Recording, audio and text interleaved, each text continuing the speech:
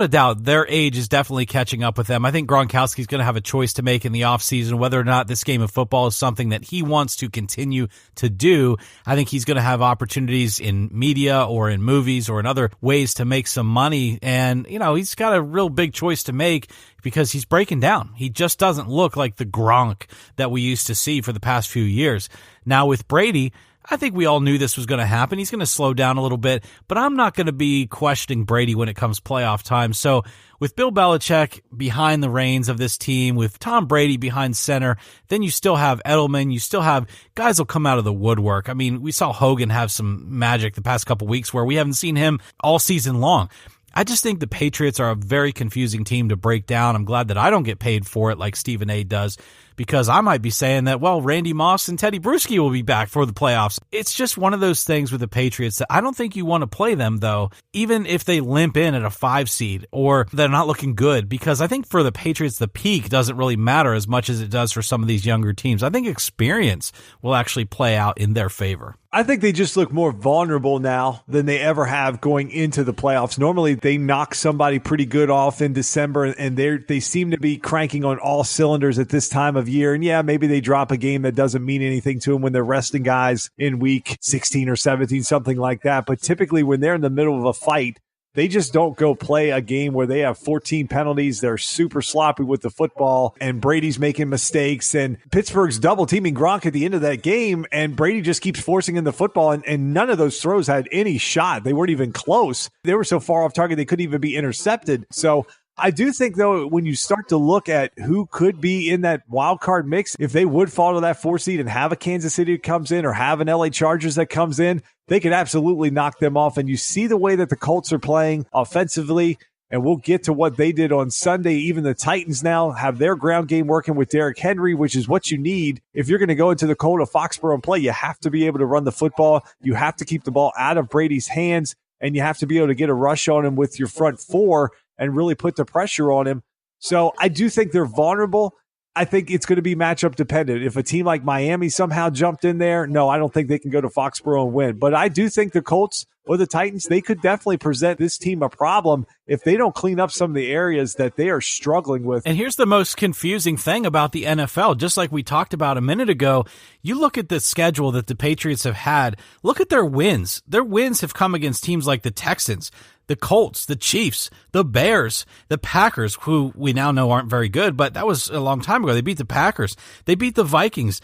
And then their losses are just losses that kind of confuse you, like the Miami Miracle, or when earlier in the year they lost to Detroit, and now we know Detroit's not very good. They lost to Jacksonville, and we know Jacksonville's not very good. So I think the loss that concerned me the most, to be honest with you, is this past week, where they only gave up 17 to Pittsburgh and still lost. To me, that game was a huge disappointment, but overall, when I look up and down their schedule, I'm not overly concerned because it's just so typical of the NFL this year. The Patriots have beat a lot of teams that we sit here and talk about as contenders, but then they lost to teams that they should have never lost to. I think that's just today's NFL. The parity is just kind of crazy on any given Sunday. And they've really struggled on the road this year as well. So if they do come up to the 2 seed, they get a bye, and they get at least one home game, then I think they could be putting themselves in the potential to play for the conference championship. But even if they get past, if they're, say, the 3 seed or 4 seed, yeah, they might get past wild card weekend. But having that team go on the road and play the competition they're going to have to play, I don't think that they're the favorite right now in the AFC. I'll say that for sure. I think the Chargers, the Chiefs are playing better. If Pittsburgh gets their act together, obviously they just beat them. So you have to think that they're a team that can beat them. And even the way that the Texans can play if they get a home game, with what you can see Hopkins go crazy and do, and even if the Patriots had to take him away, now you still have Demaryius Thomas, you still have Cutie, you've got some more weapons on this Texans team than they've had in the past. So it's not going to be an easy road for the Patriots this year if they want to get back to the Super Bowl. And one of the teams they may potentially have to play, we talked about, could be the Indianapolis Colts. They got a huge win this week against a very hot Dallas team, and they shut the Cowboys out 23-0 in this game. And we don't typically think of the Colts as a defensive juggernaut that's capable of pitching a team to basically say under 20 points, much less a shutout at this time. So we've talked about the Colts Last week on the show, we talked about the fact that they could be a very sneaky 6 seed in this AFC playoff picture when you have Andrew Luck playing the way that he is. But Eric, America's team, the Dallas Cowboys, they've been front and center because of this win streak they had been on coming into this game, but they take the loss. So is this just simply a team that wasn't as motivated as their opponent, as we know the Colts are in that fight for the 6th seed? Or did you see anything from Dallas on Sunday that concerns you coming into the playoffs? Well, shouldn't 0 points concern me? Well, yeah, it concerns me. I mean, if I'm a Cowboys fan, I'm just confused and I'm a little scared. You had a chance to take your division. You had a chance to hold your own destiny for the playoffs in your hand, and you do this. You have Prescott throw for 206 with no touchdowns and an interception. You just looked awful, and your defense gave up 23 points while your offense is getting skunked. It just doesn't make sense, but it leads you to believe, is this, like I keep saying, today's NFL? Is there something from week to week that makes it so that we don't know what we're going to get from our favorite teams up and down this league? I don't know. I mean, Andrew Luck only threw for 192 yards. He threw for less yards than Prescott in a win of 23-0. But then Mac went for 139 with 2 touchdowns on the ground against that Dallas defense.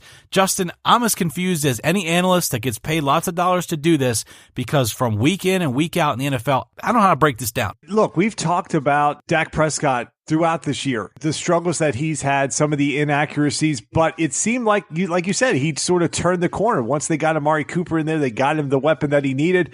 This one, I just chalk up more to the fact that the Colts were the hungrier team. Dallas was in the perfect spot just not to come in as motivated. They were up 2 games in the division. The Redskins are on their 4th quarterback at this point, and you just beat the Eagles 2 times. So you're up 2 and you more or less have that tiebreaker over them. And I think they just walked into a buzzsaw that they weren't ready for. I think it was simple as that. And I think how they respond this week with Tampa coming in, they've got to take care of business. They've got to put Tampa away early, and they've really got to show out that, like, okay, this was just a blip.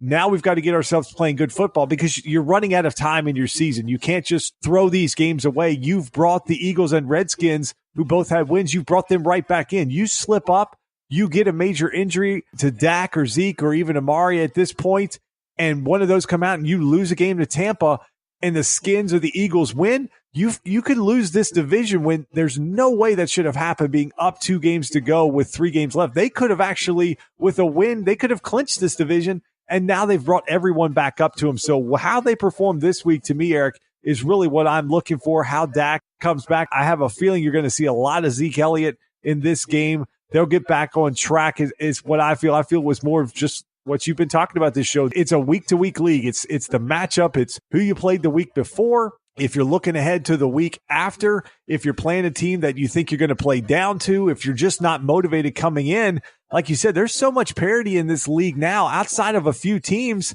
almost anybody, any given Sunday, just like the movie, any given Sunday, you can lose if you don't bring your A game. So, Eric, let's close out the show with one final question as we start to look at this playoff picture, how things are going to work themselves out. There's 3 teams right now that seem to control their own destiny. We won't throw the Chargers or the Chiefs in because they're going to be in the playoffs when the AFC. One will be the division winner, one will be the 5 seed. But right now you have the Vikings, the Seahawks, and the Ravens. They all control their own destiny at this point to make the playoffs. But when you look at their schedule, each of them has a pretty challenging game in their last 2. So do you like these 3 teams to make the playoffs as the wild cards in the NFC and AFC? Or do you have your eye on one or maybe more falling out of this thing? No, this is a great question to close the show with. The Ravens, unfortunately, didn't benefit from the Steelers winning against the Patriots last week. We talked about this in depth for the Ravens. We felt like they would win 2 out of their last 3. Even if they dropped the game to the Chargers, they would be in control with what the Steelers have ahead of them. That was with me thinking that, and I think you agreed with me, that the Steelers had a good chance, a good probability to lose to the Patriots, then go and lose to the Saints this week. That would leave it up to the Ravens to get in.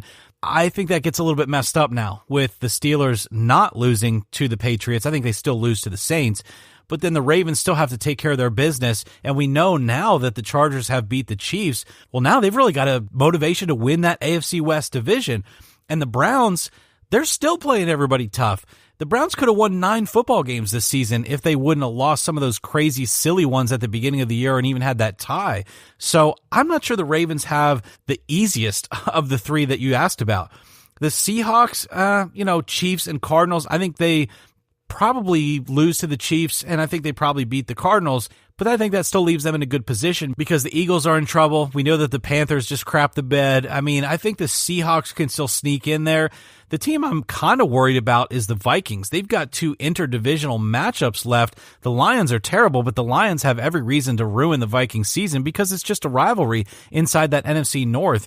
And then when the Vikings are against the Bears, to me, that's a tough road for the Vikings because, again, now you have a Bears team that can really close out and put a cap on a great season and take the division by storm. And so I just think that the Vikings have a tough road. With respect to that, the Ravens are in the AFC and the Seahawks and Vikings are in the NFC. But to me, I think they all still are pretty well in control, but the Ravens, with what the Colts are doing, with what the Titans are doing, I think the Ravens could be in a bit of a danger spot due to the fact that the Steelers did beat the Patriots. Hope that all made sense, Justin. Yeah, I got you. I think the Vikings, they better be praying that the Saints and the Rams just keep winning because they got to hope that when they get to week 17, that maybe the Bears don't throw everybody out there. We talked about it before. It's been well publicized. You've got Mitchell Trubisky that's dealt with a shoulder injury this year. Maybe the Bears don't want to throw him out there on that field turf in Minnesota in week 17, knowing they're going to be playing the next weekend. Maybe they don't want to risk an injury to a guy like a Tariq Cohen or even a Khalil Mack. So maybe they don't bring their A game in week 17 because they just don't want to risk somebody getting hurt at that point. But they could turn around and end up having to play the same Vikings team the following week in Chicago. So then again, you start to think about maybe they don't want to show everything that they're going to do. Maybe they want to force the Vikings to sort of show their hand and maybe give up some of the things that they would like to do the following week. So that could get very interesting. But if the Rams, for example, slip up and they would lose in week 16, then all of a sudden the Bears know that, hey, we own the tiebreaker versus them. We got a chance to jump up and be maybe the number 2 seed as high as that in the NFC. So I think that's something interesting to watch for. And you look, the Ravens are going to go to the team that we just talked about maybe being the hottest team in the AFC in the Chargers. They could drop that game. Pittsburgh absolutely saved their season. We talked about it. They lose 2 games. They could potentially be out of this playoff picture at this point. So the Ravens, they've decided to turn it over to Lamar Jackson, and they've benefited immensely from the fact that they have played some absolutely horrible teams. They did go into Kansas City, played a close game. But if the Chargers play anything like they did on Thursday night at home, I can't see the Ravens winning that game. And then that's going to bring everything in where you've got the Colts back into it. The Titans will be back in. We talked about the fact that they play in week 17. We talked about that last week as a game to watch. Could potentially get flexed in if that's for the 6th seed. There's a lot to watch for, Eric. I think just looking at the schedule of these teams that look like they're sitting pretty, it could be a whole different picture next week when we're on the show talking about how things are shaping up for week 17, because potentially all of them could take a loss, because we saw some playoff teams this week in week 15, Eric, that lost games they should have never lost.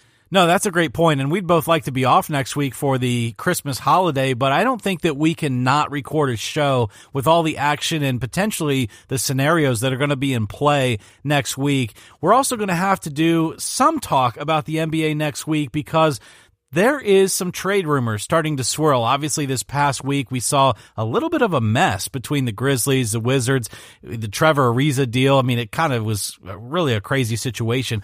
Now you have talk about what did the Lakers do?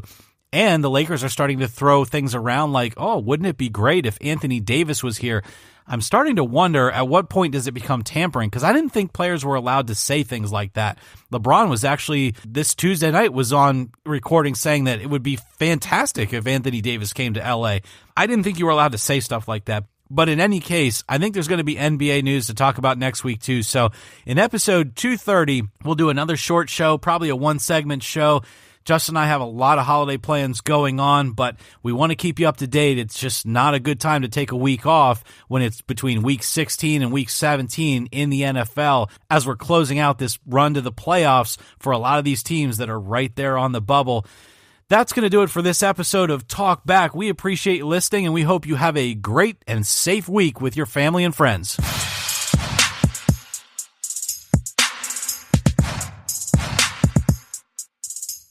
Thank you for listening to this episode of Talk Back.